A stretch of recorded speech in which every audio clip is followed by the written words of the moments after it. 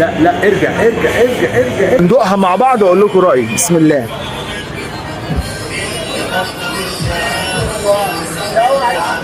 والله جبنه تركي لو لفيت اسكندريه كلها. حته جبنه تركي ملبن، حته جبنه تركي ملبن.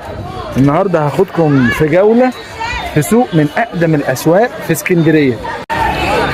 بصوا كده هتلاقي هنا مجموعه كبيره جدا من تجار المواد الغذائيه، الصوصات بقى والزيوت والجبن، العطارين بتوع الفراخ.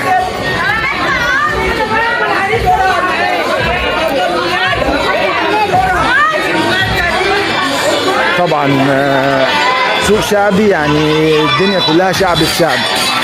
بصوا بتوع الجبنه التركي. بصوا بقى